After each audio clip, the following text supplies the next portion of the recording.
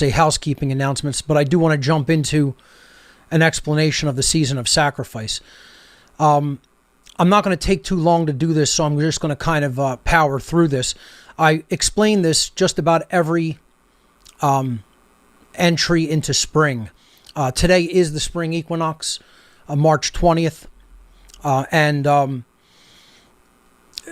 first couple of days of spring, as I've said, are a prelude to the season of sacrifice. There is a 3-day entrance to this time of the year, and basically that 3-day period is March 19th, 20th, and 21st. So yesterday, today, and tomorrow is the 3-day prelude or entry to what is known in the dark occult world as the season of sacrifice. As you see, this is the occult calendar according to the houses of the zodiac, split into the 4 seasons, of which there is a midpoint of each season. The midpoints form what is called the Great Cross. That is the cross of Saint, I believe it's Saint George, or I always get them backwards, Saint George and Saint Andrew. And that Great Cross is the midpoints of the seasons. They're depicted by Taurus, Leo, Aquarius, and Scorpio. The midpoints of the seasons being the major Sabbats of Walpurgisnacht, May 1st, which is the midpoint of spring. That's the end of the season of sacrifice, which goes from the spring equinox to the midpoint of spring. And then you have the other Sabbats, which are Lammas in the summer, Samhain, or Halloween on the midpoint of fall, and Candlemas or Imbolc, the midpoint of winter. So, this is all astrotheologically based. Of course, the top 6 zodiacal houses or months are the season of life, because crops can grow in the northern hemisphere during that 6-month time period, essentially. And then the bottom of the zodiac is considered the season of death, or the tomb, for the sun, as it makes its journey through the houses of the zodiacal band through the year. And really not much grows in the northern hemisphere. Hence, it's called the season of death, because planting and harvesting really has to be done during the first 6-month period of the year, so that people can survive the season of death, or the second 6-month period, where the sun doesn't favor the northern hemisphere for growth, for food growth and harvesting. Now, in the dark occult traditions, it was seen as necessary to offer blood sacrifice to the earth. This was seen as the life force energy, and often the purest blood sacrifice that was given was a sacrifice of an infant or very young children that were considered pure and of the highest form of energy, highest form of life force. So this sick practice is really repeated through blood ritual sacrifices during the entrance to spring up through the midpoint of spring, because basically that's the entry into the season of life. And occultists in the ancient world, dark occultists in the ancient world, saw the blood as the life force energy of the body, and they considered that spilling blood onto the earth, or giving blood to the earth, would basically ensure a bountiful harvest in the summer season, because it would imbue the soil and the earth with the life force energy of the blood of a human being. So this is commemorated and still done in the modern world through mass sacrifice events that are essentially large-scale rituals, large-scale murder rituals, which come in the form of false flag events in the modern world, which we have to be very vigilant for and watch out for. So it's all about the sun's positioning in the northern hemisphere, starting at the low point of power, the winter solstice, where it's at a 23.5 degree southerly angle with respect to the equator, or in other words, at the Tropic of Capricorn, entering the house of Capricorn on the zodiac. And as the sun basically, as the Earth revolves around the sun at a 23.5 degree axial tilt, the sun is then seen to progress through the houses of the zodiac during the course of the year. When it hits the equinoxes, March 19th or 20th in the spring equinox, and then, of course, September 20th, 21st, 22nd for the fall equinox, there is equal times of day and night. So just about everywhere on Earth, it's equal 12 hours daylight, 12 hours night. So we're at that point today where it's equal day and night. And that is considered the point where the sun is directly at the equator of the Earth. Then it proceeds to its high point of power, where it's the axial tilt of the Earth is tilted toward the sun instead of away from it, as it is at winter. And that's the summer solstice at June 20th or 21st. And that's at the Tropic of Cancer, because the sun is, of course, entering the zodiacal house of Cancer. The backdrop of stars as seen behind the sun when it is rising on the eastern horizon. On the day March 20th, so at the equinox, the sun, the solar disk itself, is fully directly at the equatorial line, okay, as would be depicted by the ecliptic, and it's cuts the sun directly in half in 50% at the top, 50% underneath that line, above it, and 50% beneath it.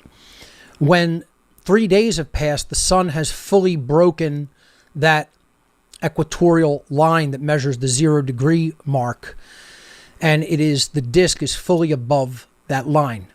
So there you see that in the upper right hand side there, showing the positioning of the sun. It fully emerged from the tomb of the southern hemisphere.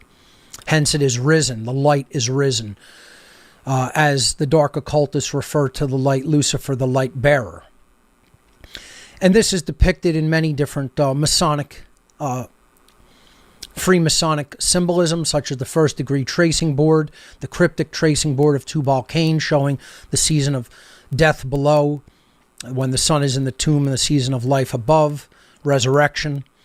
And then, of course, the first degree tracing board turned on its side shows the latitude and longitude lines of the Earth on the left, depicted by the checkerboard floor, with the tropics and the equator shown as the pillars of Joachim and Boaz, and then the pillar of wisdom or will in the middle,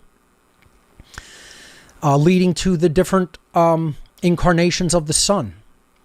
The moon, is basically a symbol of night, the sun at the Tropic of Capricorn at the winter solstice.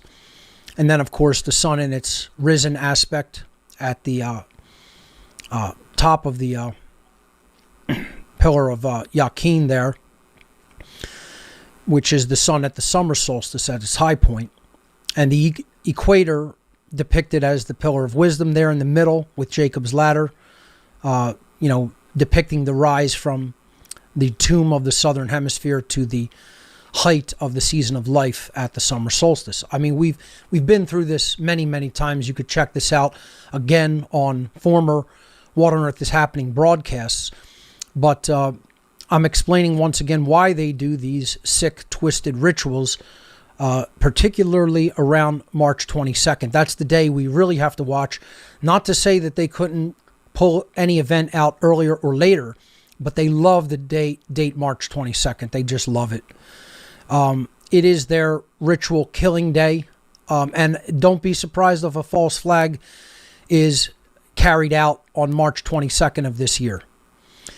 So, 322 is a big date, not only in the occult in general, because it is the official opening day of the season of sacrifice in earnest after the 3-day prelude period.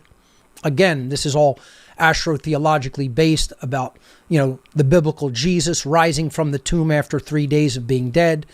Okay. And, he's, symbolically crucified on the cross of the zodiac at the winter solstice, and after 3 zodiacal houses depicted as days symbolically, he rises from the tomb of the southern hemisphere at the spring equinox.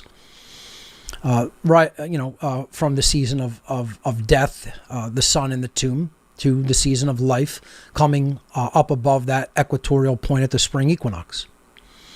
So this is a 40-day period. If you count the days from March 22nd, inclusive, to May 1st, it's exactly 40 days. So the 22nd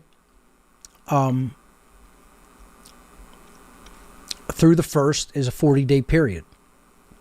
And you could just basically do the math, the 22nd through the 31st, inclusive. What is that? 1, 2, 3, 4, 5, 6, 7, 8, 9, 10 days, and then, you have the 30 days in April. And then the last day is May 1st. So it's 40 days if you count non-inclusively, 40-day period. So that's a biblical number. Very symbolic in, Christian theology as well. Lent is a 40-day period of giving something up to commemorate the sacrifice of Jesus on the cross. Again, it's all astrotheology. If you're not familiar with any of this, go back and look at it in former broadcasts. I've covered both astrotheology and the season of sacrifice many times. But just to, put out a prediction and a possible warning, watch this 40-day time period for false flags and ritual blood murders, because these people are reptilian in their repetition, where they don't need to do anything different. They'll keep doing it right in people's face and tell them that they're doing it, because they know how dumb people are.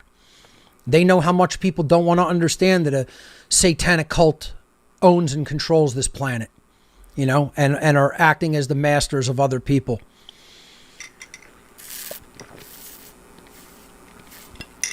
So they don't care how much people even see the pattern. That unfortunately most people don't and refuse to see it, even though I've been telling them that this is how it's been going for thousands of years. I've been telling them this. I did this slide back in 2010. Okay?